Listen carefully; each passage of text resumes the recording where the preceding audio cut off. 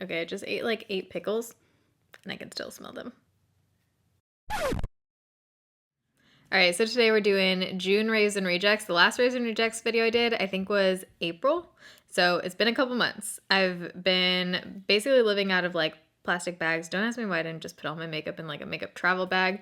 But throughout the last month with packing and moving and traveling and everything, I haven't been trying out a whole lot of new stuff. I've just been reaching for stuff out of the same bag. So I only have a few things here, but the things I am talking about today, I've been consistently using. So all of my Raves and Rejects videos are down below in a playlist if you want to go watch any others. But if you're excited for this video, you can give it a thumbs up. If you're new here, you can join the Burrito family and subscribe. I upload every Monday, Wednesday, Friday, 6 p.m. Pacific time. I really want to make a little like Burrito graphic to like pop in there when I say that, so I don't get people asking what the heck I'm saying. I also just filmed a shadow and schmooze on the look I'm wearing right now. I just added a little bit of the Vivid Hot Lacquer and Tease over top just to lighten it a little bit. That was Monday's video, so I'll link that one in the eye and down below too. All right, so these first two, I thought I for sure mentioned this in last Raves and Rejects, but I just double checked and I didn't see it in there. So I think I've just been raving about this combo in every other video since then, like the last couple months, because I feel like I've talked about this 5 billion times lately. But this is the concealer combo that has just been working incredible for my under eyes. These two concealers mixed together make my under eyes look better than any other concealer. The two concealers are the Flower Beauty Light Illusion Concealer in the lightest shade, mixed in with the KKW Concealer in the shade 1. There's something about the combo of these two that gives you the most lightweight but full coverage, non-creasy under eye. This concealer is a really unique formula. I find that on its own, it is a little bit too dark, but also just the formula on its own,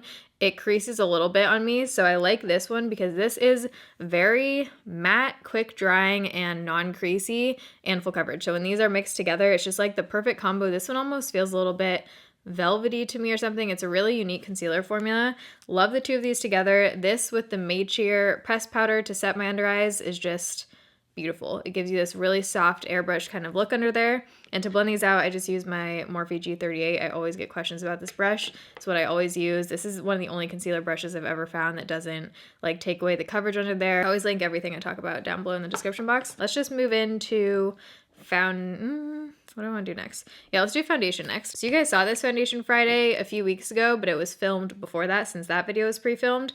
So I've been using this for a while now and I freaking love this foundation. This was from the Ulta foundation quiz video. This is the Lancome I always want to say Regenerate. What is it? Renergy Lift. In the video, I used the shade 140. There is a shade 110, which I also picked up from Ulta, but this one actually looks so much more orange on me. I think the undertone is just totally off. It does seem a little bit darker to me though than 140. So 140 is a much better color match for me, even though it's still too dark. But because the undertone is okay, it's like more of a peachy undertone.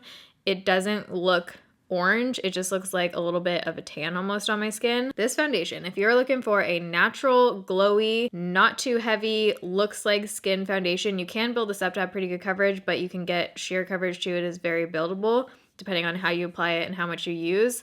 This looks like skin. It looks like there's nothing sitting on top of your skin. It just looks like a glowy moisturizer sitting on there. It looks beautiful on my forehead texture. I'm not wearing it right now because I tried out a new foundation in the Shadow and Schmooze, but this is what I've been reaching for pretty much every single day. I'm so in love with this foundation. I feel like this is one that I've been looking for. I just wish they had some more shades in this. I do want to try out the new Lancome Skin Good, I think it's called Skin Feel Good or something, the tinted moisturizer. This product I feel like I've been equally as obsessed with because I've been wearing this underneath my makeup every single day or just on its own. Even if I'm not leaving the house, not seeing the sun, I've been putting this on. This is technically a sunscreen. It's an SPF by La Roche-Posay. This is the Cooling Water Lotion Sunscreen. It says Water Feel. I talked about this in my recent Accutane starter kit video. That video, if you have dry skin, I would watch that video too. It applies to you, anyone who has severely dry skin. Those products could help. I don't think I've ever been this excited about a sunscreen. Let me just say that, okay? I tried a lot of sunscreen in my days. Okay, look at my skin. This brand I got off of Dermstore. I'm not sure if you can find it any other places. The sunscreen doesn't break me out. It gives you the prettiest glow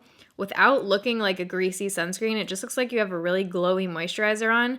It feels more sunscreeny than the Elta MD. This isn't like a total no sunscreen. It definitely has a little bit of like the SPF smell. But the thing I love about this is the glow without being greasy. I just want to put it on my skin, and I feel like it's almost helped my skin and texture, like the way that my skin feels and just the smoothness and moisture. I don't feel like I need to wear a moisturizer on top of this. Basically what I've been doing is wearing this with my Too Faced 3-in-1 setting spray over top, and I'm good to go for foundation. Next up is a dry shampoo that I'm pretty sure was in a RAVES and RAGEX a long time ago, like when I first discovered it, probably over a year or two ago. This is the IGK Jet Lag Invisible Dry Shampoo. This is the best smelling dry shampoo you will ever smell in your entire life. It smells like a perfume. Actually, whoa, now that I'm smelling it right here, it totally smells like the perfume that I love, the one that I mentioned. What is it actually called? My little blue one. I'll have the name of the perfume down below in the description box too. It actually smells really similar to that.